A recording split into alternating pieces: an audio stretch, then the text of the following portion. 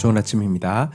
이제 사무엘이 그의 이제 백성들을 향한 그 공식적인 그 선언 그 마지막 내용을 이제 보도록 하겠습니다. 사무엘상 12장 22절에서 25절입니다. 22절 여호와께서 너희를 자기 백성으로 삼으신 것을 기뻐하셨으므로 여호와께서는 그의 크신 이름을 위해서라도 자기 백성을 버리지 아니하실 것이요.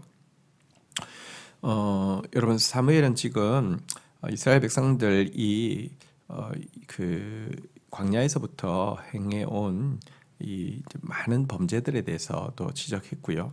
또 특별히 지금 왕을 구하고 있는 이 행위 속에 담겨 있는 그들의 마음가짐이 얼마나 위험한지에 대해서도 정확하게 꿰뚫어보고 지금 이제 경고하고 있는 내용인데요. 그럼에도 불구하고 사무엘은 한 가지를 이야기하는데 하나님은 이스라엘을 자기 백성 삼으신 것을 기뻐하신다는 사실에 대해서 명확히 하고 있습니다. 이스라엘은 죄가 많고 하나님을 정말 잘 떠나는 무리죠. 그런데도 하나님께서 끊임없이 책망도 하시지만 끊임없이 구원하시는 그 원동력에는요, 이 동기에는 그들을 기뻐하신다는 사실입니다. 이것은 우리를 향한 하나님의 마음을 잘 보여주는 것이죠.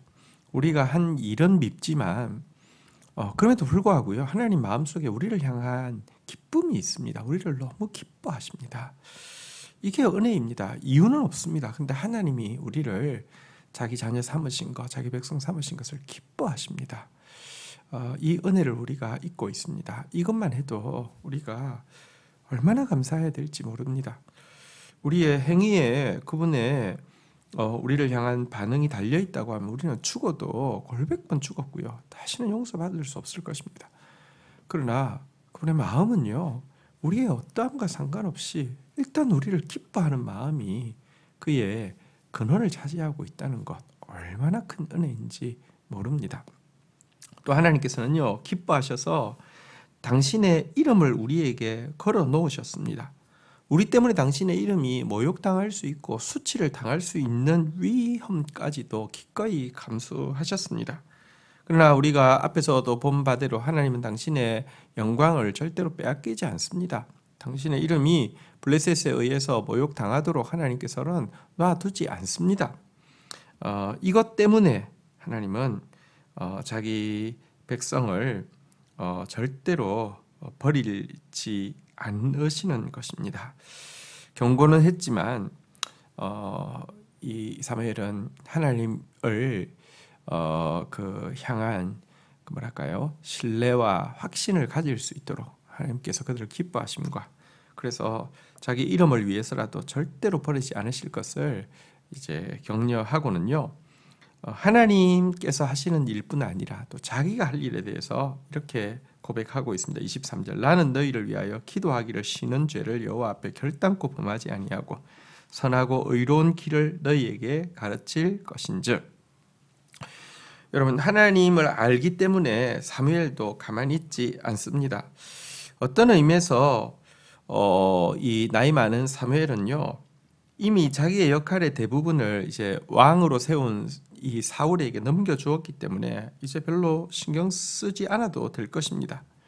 또 어떤 의미에서 왕을 요구하면서 사실은 자기를 배척한 백성들에 대해서 마음이 식었을 수도 있습니다. 하지만 하나님을 아는 사무엘은요, 하나님이 이스라엘 백성들을 기뻐하는 것처럼 그도 이스라엘 백성들을 향해서 자기가 할 일을 하겠다고 이야기하고 있는데요. 첫 번째는 기도를 쉬는 죄를 결단코 범하지 않겠다라고 결단하고 있습니다.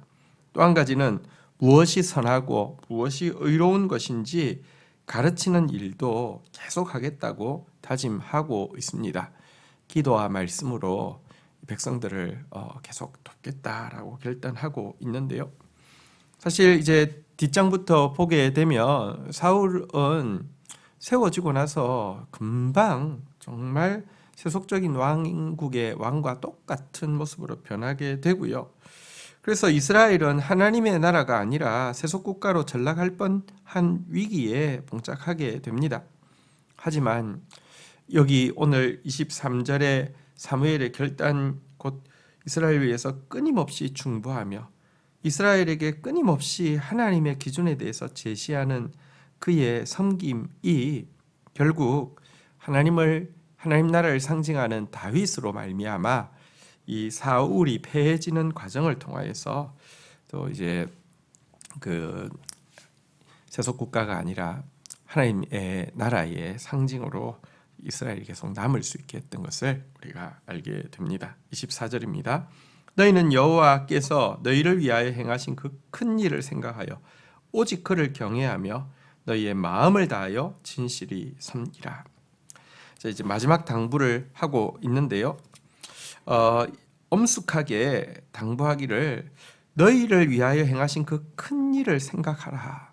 사실 지금도 막 우레가 막 발하고 백성들 굉장히 두려워하고 있는데요.